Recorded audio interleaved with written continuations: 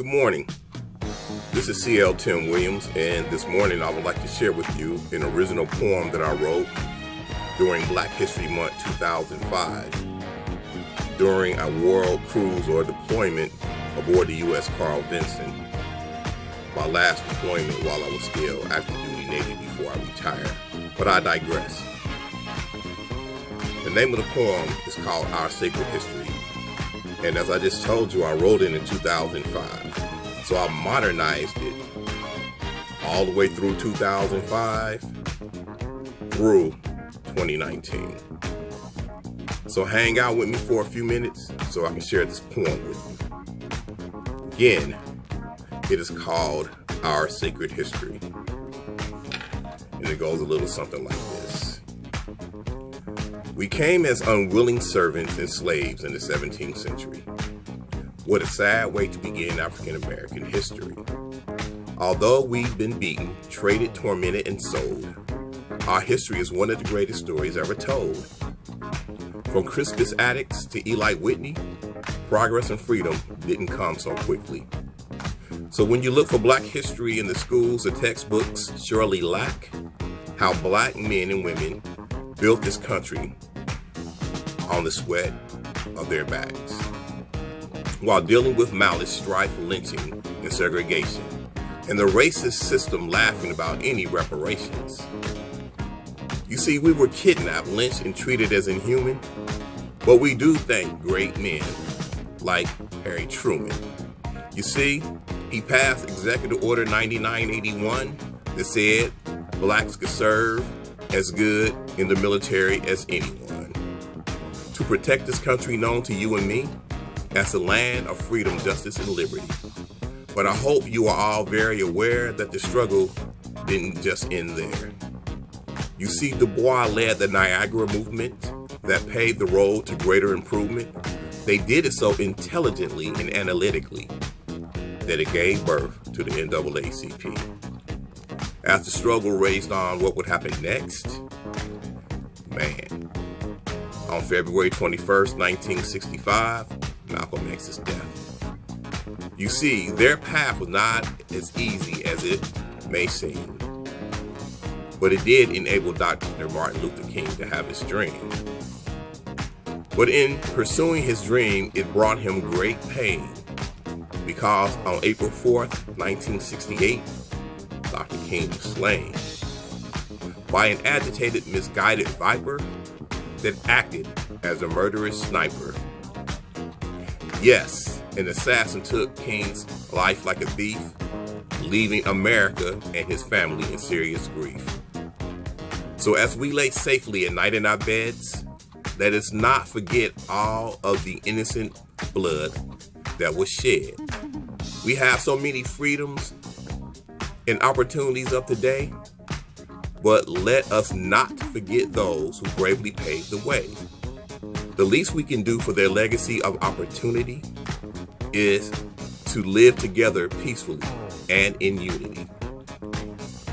And as a country, let's remember this above all: united we stand, divided we fall. You see, many paid the ultimate price so we can have leaders of today like Condoleezza Rice. Yes, we can easily say how you like us now because of influentials of today, like Eric Holder and Colin Powell. Election year 2008 had much political drama, but the year was a triumph for President-elect Obama. For all the hard work, loss of life, and time spent, America finally had its first Black president.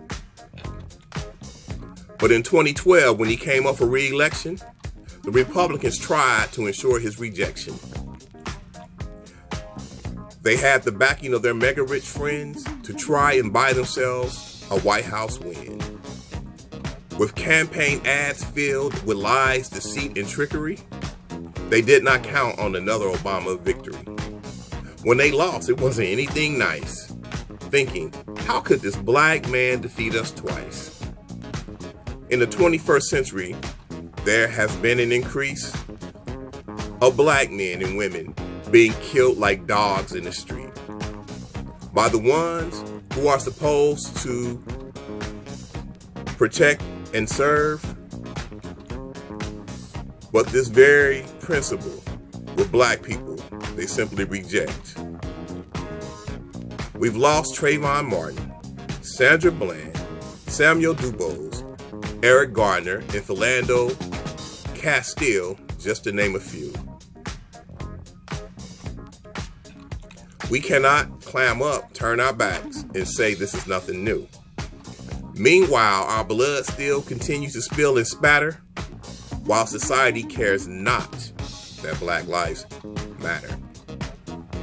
In 2016, the Republicans vowed to destroy Obama's legacy for no other reason than pure hatred, deceit, and jealousy.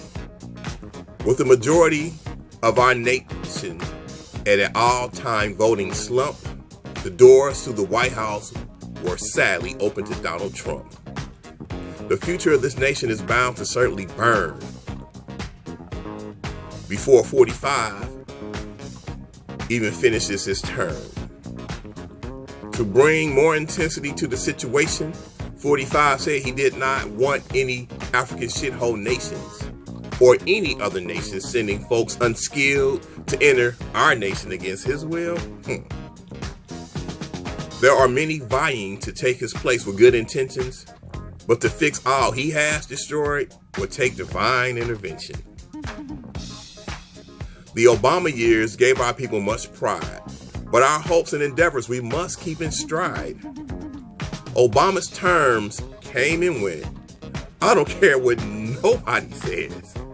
44 is still my president. But remember, many before him endured misery, pain, and strife, even if it meant giving up their life. So don't get a false sense of security and act like you forgot. Use some maturity. Don't get complacent and go into a spiritual slump and get discouraged by the antics of Donald Trump. Stay alert and focused like a rover and know that the battle is far from over. Take some time and learn. Take just a few minutes and I guarantee you'll be all wrapped up in it. Where there is a lack of exclusivity, remember there is always diversity and there is always liberty. So take this from me. Let us never, ever forget our sacred history, lest we forget. That's my piece, y'all.